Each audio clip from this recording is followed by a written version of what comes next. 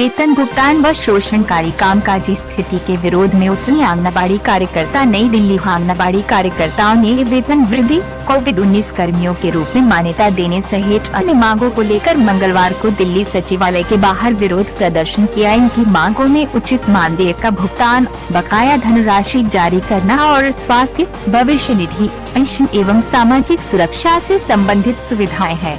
आंगनबाड़ी कार्यकर्ताओं ने दिल्ली की आम आदमी पार्टी की सरकार से यह सुनिश्चित करने का आग्रह किया कि विधायक उन्हें चुनाव प्रचार के काम में लगाकर प्रताड़ित न करे। इस विरोध प्रदर्शन में हजारों की संख्या में आंगनबाड़ी कार्यकर्ताओं ने हिस्सा लिया, जो महिला एवं बाल विकास विभाग को रिपोर्ट करते हैं और टीकाकरण अभियानों में डॉक्टरों की सहायता करना, प्रजनन को लेकर जागरूकता फैलाना, जरूरतमंदों को दवाइयाँ प्रदान कराना, टीकाकरण अभियान और इसमें शामिल लोगों की रिकॉर्ड रखना, बीमारी के मामले दर्ज करना, स्वच्छता और बीमारी को लेकर जागरूकता फैलाना और प्री स्कूल गतिविधियां आयोजित करने जैसे महत्वपूर्ण काम करते हैं। द वायर से बात करते हुए दिल्ली आंगनबाड़ी कार्यकर्ता एवं सहायिका संघ की वैशाली ने कहा कि महत्वपूर्ण कार्य कर रही इन आंगनबाड़ी कार्यकर्ताओं को न तो समय पर भुगतान किया जाता है और न ही उन्हें वे सुविधाएं दी जाती हैं जिनकी वे हकदार हैं।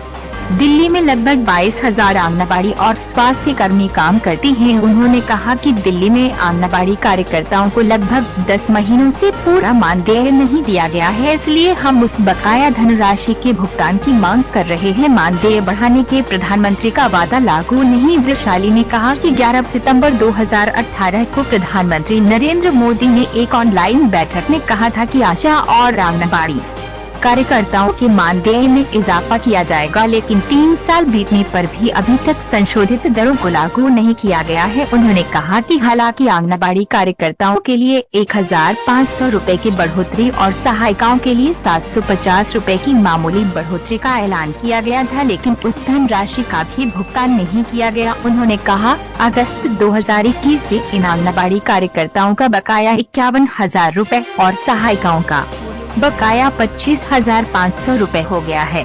हम चाहते हैं कि इस धनराशि का भुगतान किया जाए। सामाजिक कार्यकर्ता ने कहा कि आंगनबाड़ी और आशा कार्यकर्ताओं पर काम का बोझ लगातार बढ़ रहा है। उन्होंने कहा दिल्ली सरकार सहेली समन्वय केंद्र का संचालन कर रही है और केंद्र सरकार अपनी नई शिक्षा नीति के तहत हमें भी शामिल करना चाहती है। इस तरह वह प्राथमिक स्कूलों का बोझ आंगनबाड़ी कार्यकर्ताओं के कंधों पर डालने का प्रयास कर रही है। वैशाली ने कहा हम सिर्फ ये कह रहे हैं कि हमारे काम के अनुसार हमें वेतन दिया जाना चाहिए, इसलिए हमें कर्मचारी का दर्जा दीजिए।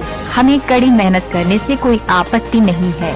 उन्होंने कहा कि महामारी के दौरान आंगनबाड़ी कार्यकर्ताओं ने जमीनी स्तर पर महत्वपूर्ण काम किए हैं, जिनमें खाद्य सामग्री के वितरण से लेकर सर्वेक्षण करना शामिल है, लेकिन अगर कोई कार्यकर्ता महामारी की चपेट में आ जाए तो विभाग उनके इलाज का मेडिकल बिल भरने के लिए उत्तरदायी नहीं है। आंगनबाड़ी के कामकाज में विधायकों का हस्तक्षेप। वैशाली का कहना है कि एक अन्य प्रमुख मांग आंगनबाड़ी कार्यकर्ताओं के कामकाज में विधायकों के हस्तक्षेप की है। उन्होंने कहा वे विधायक आंगनबाड़ी केंद्रों के कामकाज में हस्तक्षेप करते हैं।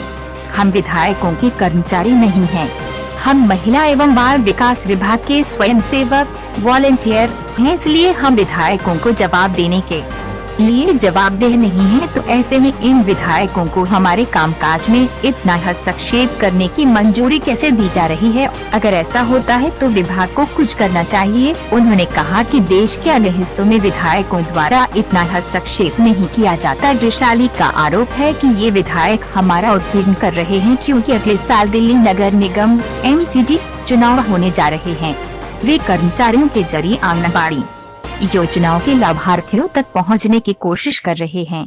हमारी योजनाएं केंद्र और राज्य सरकार दोनों के तहत आती हैं, इसलिए हम किसी राजनीतिक दल से जुड़े हुए नहीं हैं। उन्होंने कहा कि आंगनबाड़ी कार्यकर्ताओं ने विधायकों और उनके कर्मचारियों द्वारा आंगनबाड़ी कार्यकर्ताओं के उत्पीड़न को समाप्त करने और उन्हें चुनावी प्रचार में लगाकर उनका शोषण तत्काल रोकने की मांग की है। 2.22 सूत्रीय मांगे आंगनबाड़ी कार्यकर्ताओं के संघ ने दिल्ली सरकार के समक्ष 22 मांगे रखी हैं।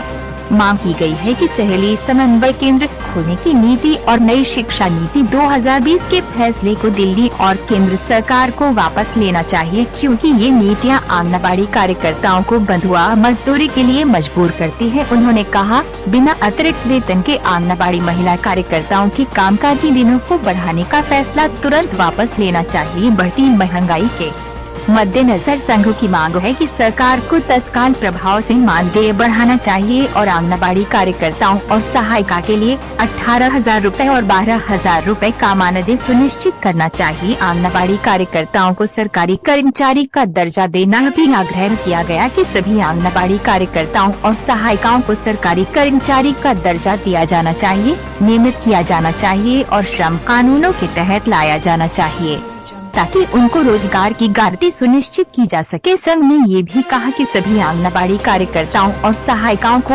SI, PF, पेंशन और सामाजिक सुरक्षा कार्ड जैसी सुविधाएं दी जानी चाहिए। संघ ने कहा कि दिल्ली और केंद्र सरकार को ये सुनिश्चित करना चाहिए कि केंद्र सरकार द्वारा घोषित और 1 अक्टूबर 2018 से लागू मानदेय बढ़ोतरी के बकाये का तुरंत भुगतान करना चाहिए। इसके साथ ही संघ की बाल विकास परियोजना में गैर सरकारी संगठनों के हस्तक्षेप को तत्काल रोकने और NGO द्वारा आंगनबाड़ी केंद्रों के निरीक्षण को तत्काल रोकने की भी मांग की। संघ की ये भी मांग है कि ब्लॉक समन्वयक के व्यवहार की भी जांच करनी चाहिए। पोषण आहार के आवंटन की पुरानी व्यवस्था को बहाल किया जाए। कोविड-19 महामारी के दौरान महिला कामगारों के लिए उचित सुरक्षा व्यवस्था करनी चाहिए और आंगनबाड़ी कार्यकर्ताओं और सहायिकाओं के कोरोना संक्रमित होने पर इनके उचित इलाज की जिम्मेदारी विभाग द्वारा ली जानी चाहिए। इसके अलावा आंगनबाड़ी कार्यकर्ताओं की मांग है कि उनके काम के लिए बजट बढ़ाया जाना चाहिए और आंगनबाड़ी केंद्रों की गुणवत्ता। संपूर्ण भारतवर्ष से आंगनबाड़ी की खबरों को पाने के लिए हमारे चैनल को सब्सक्राइब करें और बेल आइकन दबाना न भूलें। अगर आप अपने राज्य की खबर पाना चाहते हैं तो अपने राज्य का नाम कमेंट्स बॉक्स में जरूर लिखें।